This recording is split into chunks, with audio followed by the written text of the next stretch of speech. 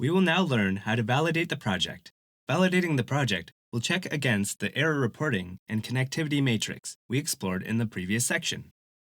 Validate the Module 13 Schematic Electrical Rules Validation Design by going to Projects, then Validate PCB Project Name, or by right-clicking on the project in the Projects panel and selecting Validate PCB Project Name. After the validation is complete, the Messages panel will appear. If it doesn't, the project has either passed the Electrical Rules Check, or ERC, or there are only warnings and no errors or fatal errors. Double-click any warning or error message in the Messages panel to see the location where the warning or error occurs. The affected elements are displayed in the Details section of the Messages panel. If not already done, sort the listings in the Messages panel to group the warnings, fatal errors, and errors by clicking the Class column header until the fatal errors are brought to the top of the list. Enlarge the Messages panel to see all of the details. There are 3 NetGPIO has only one pin errors in the Messages panel. Double-click on each of these 3 errors to highlight the affected pins associated with that error. In this case, it's pin 11, pin 13, and pin 15 of component J1. Double-click on the message NetGPIO 17 has only one pin J111, to jump to that error. There is a wire that is connected just to one pin. Right-click on the error in the Messages panel called NetGPIO 17 has only one pin J111. Select Place Specific No ERC for this violation from the menu. The appropriate schematic opens and the specific No ERC directive appears on the cursor. Place the directive at the end of the wire for that pin, GPIO 17. Continue to place specific No ERC directives to the second and third errors. For suppressing warnings and errors, assign a specific No ERC directive as follows. It's important to remember placing a specific No ERC will mask the error or warning associated with that object. This directive should only be used if you want to purposely disregard that error or warning. For the best results, resolve the warning or error correctly instead of placing a specific No ERC directive. Validate the project again by going to Project, then Validate PCB Project Module 13 Schematic Electrical Rules Validation. Verify if the list of messages no longer reports the net GPIO number has only one pin J1 number errors. However, other errors and warnings still need to be addressed.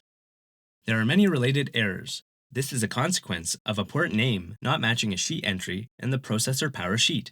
The main reason for these errors is due to a break or discontinuity in the connection of net INT2. In the Messages panel, double-click on the message Port INT not matched to sheet entry to jump to the schematic with the violation. Change the port from INT to INT2. Validate the project again. Following the validation process, all the errors associated with unmatched ports have been successfully resolved.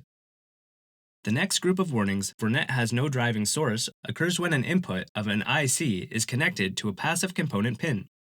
Here, net RCAN12 has no driving source. In some circumstances where we know that there is a violation category that does not apply in a design, we can change the reporting mode for that violation to remove all warnings or errors for that specific violation.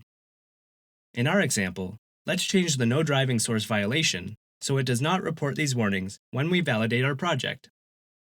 Open the project options by going to Project, then Project Options in the menu.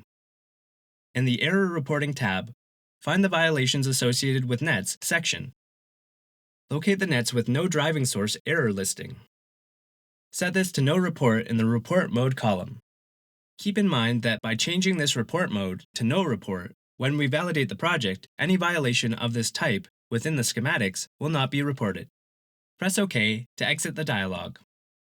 Validate the project again to verify there are no more nets with no driving source warnings.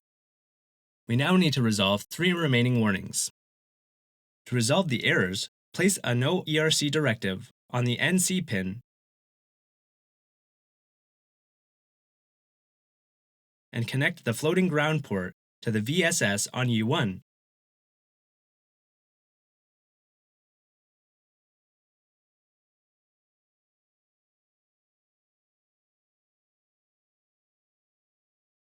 Run validation one more time. Once all warnings have been addressed, a clean validation will show inside the Messages panel. A clean validation means that there should be no remaining errors or warnings. This confirms all identified issues and potential problems have been successfully resolved, ensuring the overall integrity of the schematic design. Close the Messages panel for now. As always, don't forget to save your work. We have now learned how to validate a project in Altium Designer. Feel free to rewatch this video as needed when working on the practical exercises.